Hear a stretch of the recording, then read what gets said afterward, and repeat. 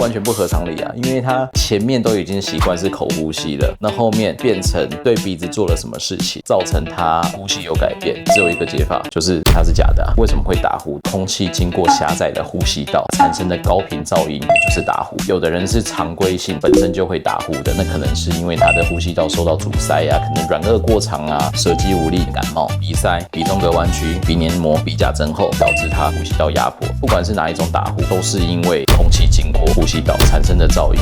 枕边人有打呼问题吗？呼吸睡眠中止症，我是专家，赶快约起来就对了。